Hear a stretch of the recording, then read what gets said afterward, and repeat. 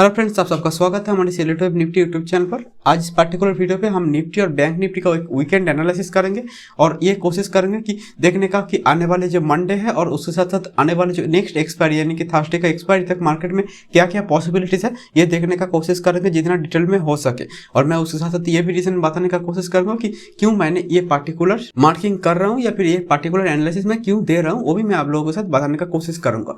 तो चलिए शुरू करते हैं। पहले मैं निफ्टी का एक बड़ा वाला व्यू दे देता हूँ। देखिए, मुझे लग रहा है कि एक बड़ा वाला 3 हो गए हैं, उसके बाद ये बड़ा वाला 4 हो गए हैं और ये 4 के अंदर मोस्ट प्रोबेबली ए हो गए हैं, 4 के अंदर फिर ये बी हो गए, फिर ये 4 के अंदर एक्चुअली सी अभी हो रहे हैं। तो इसको अगर मैं 4 के अंदर ए समझ रहा हूँ, इसको 4 के अंदर बी समझ रहा हूँ, तो 4 के अंदर ये सी का टारगेट कहाँ तक जा सकते हैं आज मैं वो दिखाने का कोशिश करूंगा। देखिए, ये नॉर्मली क्या होता है मार्केट में, ये ए है ये बी है, तो सी का जो टारगेट होता है वो होता है नॉर्मली ये जो ए है इससे नीचे। अब कहाँ तक एग्जैक्टली होंगे वो बात की बात है, लेकिन नॉर्मली होता है 4 का ये जो सी होगा, ये 4 का ये जो ए जहाँ पर खत्म हुआ है उससे नीचे, यानी कि जो 16,410 है इससे नीचे ये होना चाहिए 4 का जो सी होता है। ठीक है, ये नॉर्मल इतना तक आना चाहिए। लेकिन एज पर इलेक्टिव थ्योरी कि मार्केट में कभी कभी रनिंग फ्लैट भी हो जाते हैं। तो रनिंग फ्लैट कैसे दिखते हैं?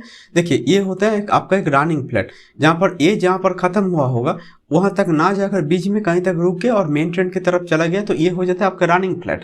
और जहां पर ये जहां पर खत्म हुआ है वहां तक अगर चलेगा ये होता है आपका एक रेगुलर फ्लैट, और अगर उससे ऊपर चला गया तो नॉर्मल ये होता है एक जिग जैग। और वो चीज जब फ्लैट का कैटेगरी पे होते हैं तो उसका आप बोल सकते हैं कि इरेगुलर फ्लैट, जहां पर बी ए जहां से शुरू हुआ है उससे भी नीचे गया और सी ए जहां पर खत्म हुआ है उससे ऊपर गया है। तो ये एक पॉसिबिलिटी है कि ये मोस्टली एक रनिंग फ्लैट हो जाए या फिर एक रेगुलर फ्लैट भी हो जाए, ऐसा भी एक पॉसिबिलिटीज है। अगर ये रनिंग फ्लैट हो गया तो ये जहां पर ये जो लो बनाए हैं जो 16,800 के आसपास, तो इधर तक ये खत्म हो गया और इसके बाद इधर से ये 1 2 3 4 5 ऐसे करके मार्केट को अभी ऊपर जाना है और ये जो ऑल टाइम हाई है इसको ये आसानी से तोड़कर ऑल टाइम हाई पे जाएगा। ये एक पॉसिबिलिटीज है। लेकिन क्या होता है कि ये पॉसिबिलिटी हम नॉर्मली कंसिडर नहीं करते। ये इरेगुलर फ्लैट आपका, फिर जो ये रनिंग फ्लैट है, ये सब कुछ, ये इरेगुलर फ्लैट रनिंग फ्लैट ये हम तब कंसिडर करते हैं जब हमारे पास कोई दूसरा कोई ऑप्शन ही ना हो, ना बचा हो, तभी जाकर हम कंसिडर करेंगे ये इरेगुलर फ्लैट और रनिंग फ्लैट का ऑप्शन। ओके, तो इसीलिए नॉर्मली हमारे पास अभी जो ऑप्शन है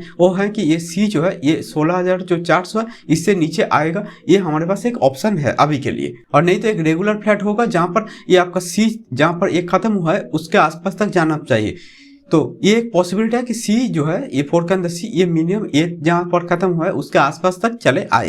लेकिन मुझे नहीं लग रहा कि इसको पहले से रेगुलर फ्लैट भी पकड़ कर चलेंगे। मुझे लग रहा है कि ये मिनिमम जो आना चाहिए ये जो 16,400 है इधर तक आप एक टारगेट ले सकते हैं। और दूसरा एक पॉसिबिलिटीज जो मुझे लग रहे हैं, जो अभी के लिए लग रहे हैं, मुझे लग रहा है कि है, तो वो है कि ये एक्चुअली ये जो 16,400 जहां पर ये 4 के अंदर ये मैं बोल रहा हूँ खत्म हो रहा है तो उसके नीचे चले आएगा। ये एक पॉसिबिलिटी आप लेकर चल सकते हैं। आप एग्जैक्टली कहाँ तक जाएगा ये मैं बाद में टारगेट अपडेट करूंगा, लेकिन अभी के लिए मुझे लग रहा है कि मिनिमम टारगेट ये 16,400 तक हो सकते हैं। तो अभी 17,500 पे है, तो इधर से क्या 1000 पॉइंट का आसपास फॉल होगा कि नहीं होगा ये देखना पड़ेगा। इसके लिए मैं छोटा टाइम फ्रेम पे चले जाता हूँ और उधर आप लोगों को दिखाने का कोशिश करता हूँ क्या हो सकते हैं और मंडे में क्या लग रहा है मुझे वो मैं दिखाने का कोशिश करता हूँ। देखिए, ये जो फॉल आ रहा है इधर से आपको जो दिख रहा है, तो मुझे लग रहा है कि ये जो फॉल है ये जो फ्राइडे को जहाँ पर ये ऑलमोस्ट न्यूट्रल हो गया, मतलब अप डाउन करता रहा, मुझे लग रहा है कि ये फॉल इधर से और नीचे जाएगा, मतलब ये फॉल इधर से और नीचे जाएगा। अभी के लिए मंडे के लिए ये मुझे लग रहा है, तो मंडे के लिए मैं खुद नेगेटिव हूँ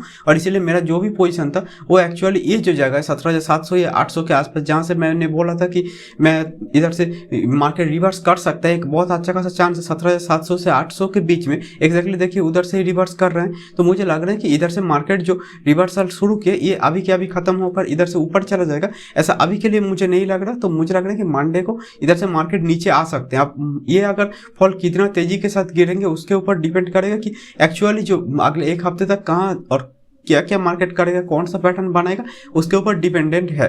लेकिन अभी के लिए मुझे यही लग रहा है कि मंडे को मार्केट में मैं नेगेटिव हूँ और इधर से ये नीचे आना चाहिए। अभी के लिए मुझे यही लग रहे हैं। और आपको हमेशा एक छोटा टारगेट और बड़ा टारगेट लेकर चलना चाहिए। बड़ा टारगेट जैसे मैंने बोला कि 16,400 के आसपास तक होना चाहिए, और जो छोटा टारगेट है जैसे कि पर डे का टारगेट मुझे लग रहा है कि जैसे मंडे को ये इधर से नेगेटिव है, और अगर बड़ा टारगेट जिस तरफ है अगर उस तरफ भी मार्केट जा रहा है तो आपको चिंता करने का कोई जरूरत भी नहीं है। तो जैसे मैंने बोला इधर से एक मेरा पी पोजिशन है, मैं उसको बस पकड़ के बैठा हूँ, चुपचाप बैठा हूँ और कुछ नहीं कर रहा हूँ। अब अगर इधर से ये सब उसकी उल्टी तरफ चला गया या फिर ऐसा कुछ हो गया तो तब जाकर ये जो 17,800 जहाँ के आसपास मैंने पोजिशन लिया था उधर मैं काट दूंगा, नो प्रॉफिट नो लॉस हो जाएगा। या फिर ये नीचे की तरफ अगर जैसे मैं प्रेडिक्ट कर रहा हूँ अगर चला गया तो ऑब्वियसली मुझे वो एक अच्छा खासा प्रॉफिट देकर ही जाएगा। और ये जो राइज है इसको आप ये WXY ABCD E या फिर जो भी चाहिए इसको आप मार्क कर सकते हैं, क्योंकि मैं मार्किंग पे उतना ध्यान नहीं देता हूँ, क्योंकि मेरे लिए मेरा डायरेक्शन इंपॉर्टेंट। हाँ, कुछ हद तक मार्किंग इंपॉर्टेंट हो जाता है, इसलिए आपको मार्किंग पे कभी कभी ध्यान देना पड़ता है, लेकिन मुझे ऐसा नहीं लग रहा। देखिए ये जो है इसको आप ABC ऐसा तीन सब पे मार्क कर सकते हैं, फिर ABC ऐसे करके, फिर ABC ऐसे करके आप मार्क कर सकते हैं। तो इसको आप आसानी से W, फिर ये X के अंदर है ABC X, फिर ये जो Y है तो इसके अंदर एक बड़ा वाला ABC ऐसे करके आप Y मार्क कर सकते हैं। ये एक पॉसिबल काउंट हो गया। दूसरा पॉसिबल काउंट अगर कुछ है तो है कि ये जो पार्टिकुलर जगह है इसको आप एक मार्क कर सकते हैं A, इसको आप मार्क कर लीजिए B, और ये एक्चुअली आपका हो रहा है C। तो C के अंदर ये एक्चुअल 1 2 3 4 5 ये भी आप मार्क कर सकते हैं। आप कोई भी मार्क करे, कुछ भी मार्क करे, मार्किंग पे इतना ध्यान मत दीजिए। मेरा लेवल था कि 17,700 या 800 से मार्केट रिवर्स करेगा। मार्केट रिवर्स किया, हाँ या ना, मार्केट रिवर्स किया तो मैं सही हूँ, दैट्स इट। इसको आप ऐसे ही समझिए। इसको अगर आप चाहें तो इसको W, फिर सपोज की इसको X, इसको आप Y, इसको X, फिर इसको Z, ऐसा भी आप चाहे मार्क कर सकते हैं। लेकिन मेरे लिए मार्किंग उतना भी इम्पोर्टेंट नहीं है, क्योंकि मार्किंग में मैं उतना ध्यान नहीं देता। मेरे लिए मेरा डायरेक्शन यही बोल रहा है, चाहे ये ABC हो और C के अंदर ये 5 सब वेव होते हैं, तो ये 1 2 3 4 5 ये 5 सब वेव हो, ये जैसे मैंने ये जो मार्क किया WXY ये मार्क हो, या फिर WXYXZ हो, तो मेरे लिए यही इंपॉर्टेंट है कि इधर से मार्केट नीचे जाएगा। और ये एक इम्पल्सिव राइज अगर होगा तो इधर से ये थोड़ा नीचे गिरने के बाद इधर से बहुत ऊपर जाना पड़ेगा। नहीं तो आप इसको बार बार, जैसे मैं ऑल्टरनेट काउंट पिछले वीडियोस पे बोल रहा था कि इसको 1 2 फिर इसको 1 इसको 2, मतलब ऐसे करके 1 2 1 2 करके आप नहीं जा सकते। मतलब कितना देर तक चलेंगे कि 1 2 1 2 1 2 करके आप कब तक जा सकते हैं। तो इधर से मार्केट को एक हाई राइज देना पड़ेगा, चाहे मंडे को ना भी हो तो, लेकिन ट्यूसडे वेडनेसडे पे एक बहुत अच्छा खासा राइज देगा, तब जाकर ये जो ऑल्टरनेट काउंट है कि ये एक्चुअली 1 2 1 2 ऐसा कुछ हो रहा है, तो ये मैं तब जाकर देखूंगा। लेकिन अभी के लिए मुझे वो नहीं लग रहा। तो मुझे अभी लग रहा है कि ये करेक्टिव राइज है, ये WXY है, और इसके बाद ये फॉल आने वाला है, मुझे ऐसा ही लग रहा है। और अगर आप ओवरऑल दूसरा किसी पॉसिबिलिटीज पे देखने की कोशिश करें तब भी मुझे नहीं लग रहा कि ये इसको आप 1 2 करके मार्क करना अभी के लिए सही रहेगा, क्योंकि इस पे कोई कहीं पर भी एक इम्पल्सिव का जो नेचर है वो अभी के लिए मुझे नहीं दिख रहा है। और ये जो 5 मिनट्स का जो चार्ट है इस पे मैं इसको अभी 1 2 3 4 5 ऐसे करके मार्किंग नहीं कर रहा हूँ आप लोगों के सामने। उसके पीछे कारण ये है कि देखिए इतना छोटा टाइम फ्रेम में मैं जितना मार्क करने जाऊँगा उससे बहुत ज़्यादा ऑल्टरनेट काउंट भी आ सकते हैं, इसलिए मैं खुद भी कन्फ्यूज हो सकता हूँ, आप लोगों को भी कन्फ्यूज कर सकता हूँ, जो मैं करना नहीं चाहता। इसलिए मुझे यही लग रहा है कि इसको अभी मैं मार्क नहीं कर रहा हूँ इतना छोटा टाइम फ्रेम पे। बड़ा टाइम फ्रेम पे जैसे मेरा मार्किंग है कि WXY इसको ऐसे ही रहने दे रहा हूँ, और इसके बाद इसको इधर से ये नीचे जाएगा, ऐसा मुझे अभी के लिए लग रहे हैं। और अगर कोई दूसरा कोई काउंट मेरे पास आ गया या फिर मैं खुद अगर समझ पाया कि मार्केट कोई दूसरा पैटर्न भी बनाने का कोशिश कर रहा है तो मैं आप लोगों को अपडेट कर देने का कोशिश जरूर करूंगा। तो अभी चलिए बैंक निफ्टी पर देखते हैं कि क्या हो रहा है। जैसे बैंक निफ्टी मैं पहले मार्क किया था कि इधर ये मुझे लग रहा है कि 4 हो गए हैं, उसके बाद ये 1 2 ये 3 ये 4 और ये जो 5 है 5 के अंदर ये एक एंडिंग डायगोनल जैसे होता है, एकदम क्लियरली एक एंडिंग डायगोनल हुआ है ऐसा मुझे लग रहा है। तो ये 1 2 3 4 5 हो गया, उसके बाद ये ABC हो गया, तो ये 2 हो गया, इसके बाद ये 3 हो रहा है ऐसा मुझे लग रहा है। लेकिन अगर निफ्टी उधर से फटाक से बहुत ज़्यादा कुछ गिर गया ना तो मुझे नहीं लग रहा कि बैंक निफ्टी भी इधर से ऊपर जाएगा और निफ्टी इधर से ऐसे नीचे जा रहा होगा, ऐसा मुझे नहीं लग रहा। बैंक निफ्टी और निफ्टी एक दूसरे से इतना मतलब अलग जाएगा ऐसा अभी के लिए मुझे नहीं लग रहा। तो इसीलिए हो सकते हैं कि ये बैंक निफ्टी इधर से एक नीचे की तरफ मोड़ ले, और ये जो राइज है इसको मैं ये 1 2 1 2 के बदले मैं क्या करूँगा, फिर ये जो A ये B और ये C मिलाकर मैं इसको W और फिर इसको मैं X और इसको मैं Y में मार्क कर दे सकता हूँ। तो ये जो 2 है ये तब इधर मार्क हो जाएगा, तो एक्चुअली तब ये W ये X और ये Y हो जाएगा, जो मुझे अभी लग रहा है कि एक X Y होने का भी चांस है। तो इसको अभी तक मैं 1 2 1 2 3 4 5 ऐसा मैं मार्क कर रहा हूँ, लेकिन अभी के लिए मैं इतना भी श्योर नहीं हूँ कि ये 1 2 1 2 ही है, क्योंकि इसमें वो राइज वो पावर जैसा निफ्टी पे दिखते हैं वैसा इधर नहीं हो रहा है। इसको मैं किसी तरह से 1 2 1 2 में मार्क कर रहा हूँ, लेकिन अभी के लिए मुझे यही लग रहा है कि ये जो 3 जहाँ पर होना चाहिए थे, जो ब्लू कलर का 3 जिसके जगह पे मैं ये एक्स मार्क कर रहा हूँ, तो मुझे लग रहा है कि इधर से ये एक्चुअली 3 अगर है भी तो ये 3 कंप्लीट नहीं हुआ, शायद ये 3 इधर भी हो सकते हैं, इस जगह के आसपास एक्चुअली होना चाहिए या फिर इससे भी ऊपर होना चाहिए। ये जो 3 है, ये वाला जो 3 ब्लू कलर का, ये 3 की बात मैं बोल रहा हूँ। तो उसके बाद ये 4 होगा, फिर 5 होगा, जो मिलाकर ये रेड कलर का 3 कंप्लीट करेगा अगर ये 1 2 3 हो रहे हैं तो।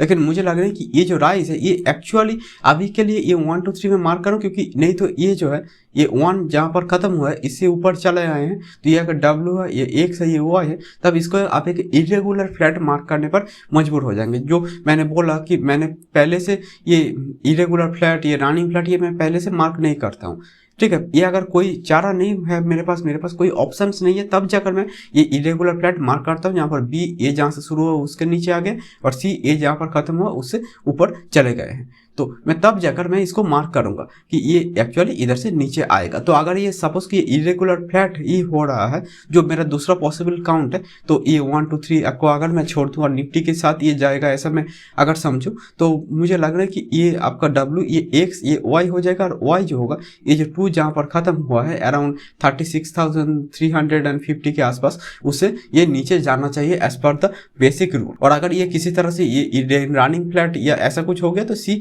इधर बीच में कहीं पर, ये जो बीच में कहीं पर सपोज कि 37 के आसपास रुक सकते हैं। लेकिन वो रनिंग फ्लैट का पॉसिबिलिटी मैं पहले से लेकर बिल्कुल भी नहीं चलूंगा।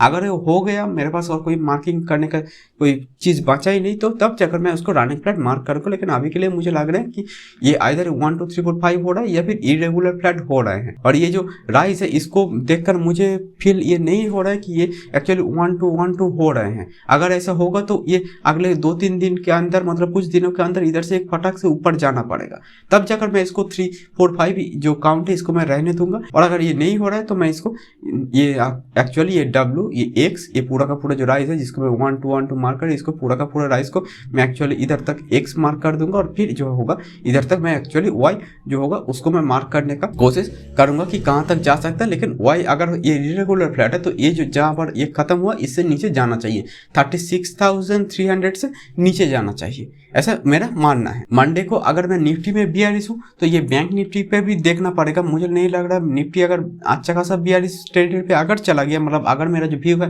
वो सही हो गया ना, तो मुझे नहीं लग रहा ये जो बैंक निफ्टी है ये इधर से फटक से बहुत ऊपर चला जाएगा। दोनों किसी तरह से एक साथ ही जाने का कोशिश करेगा, क्योंकि निफ्टी का जो फाइनेंशियल सेक्टर है वो मोस्टली आपका निफ्टी का 35-36% के आसपास कॉन्सिस्ट करता है।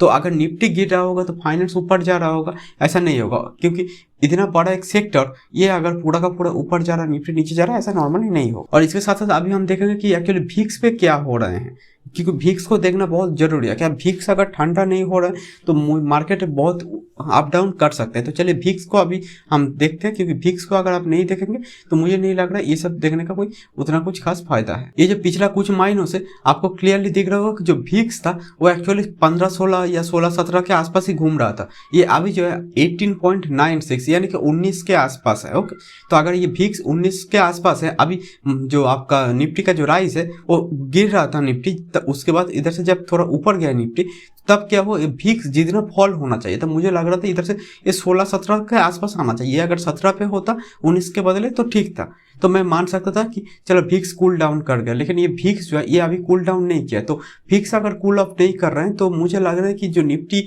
या बैंक निफ्टी का जो भी मूवमेंट हो, चाहे किसी भी तरफ हो, चाहे अप डाउन कुछ भी हो, मुझे यही लग रहा है कि जिस दिन ये मूव देगा ये बहुत ही अच्छा खासा बड़ा मूव दे सकते हैं। क्योंकि जब 15-16 पे VIX होगा तब क्या होता है, निफ्टी का जो मूवमेंट है आप लोग देख रहे होंगे 0.80% से आपको 1.10 ऐसा ही कुछ, इस जो परसेंटेज वाइज इसके भीतर ही रहते हैं। लेकिन अगर ये VIX अगर 18-19 के ऊपर रहेगा, मतलब अब जो 15-16 से शायद 15-20% ज़्यादा रहेगा, तो मुझे लग रहा है कि ये जो VIX होगा इसका हाई होने के कारण जो निफ्टी का जो मूवमेंट होगा वो भी बहुत ही ज़्यादा हो जाएगा। जो 1.10% तब मिनिमम आपका जो मूवमेंट हो जाएगा डेली का, और आपका जो मैक्सिमम मूवमेंट होगा वो 1.5 से 1.25% के आसपास तक भी ये आ सकते हैं। मतलब जो आपका पहले वाला जो मूवमेंट था उससे थोड़ा ज़्यादा ही मूवमेंट करने लगेगा निफ्टी, मतलब निफ्टी में जो वोलेटिलिटी है वो बढ़ जाएगा। तो इससे अब समस्या ये होगा, अगर किसी दिन ये VIX घट गया तो जो लोग आपका ऑप्शन में पोजीशन ले रहे हैं उनका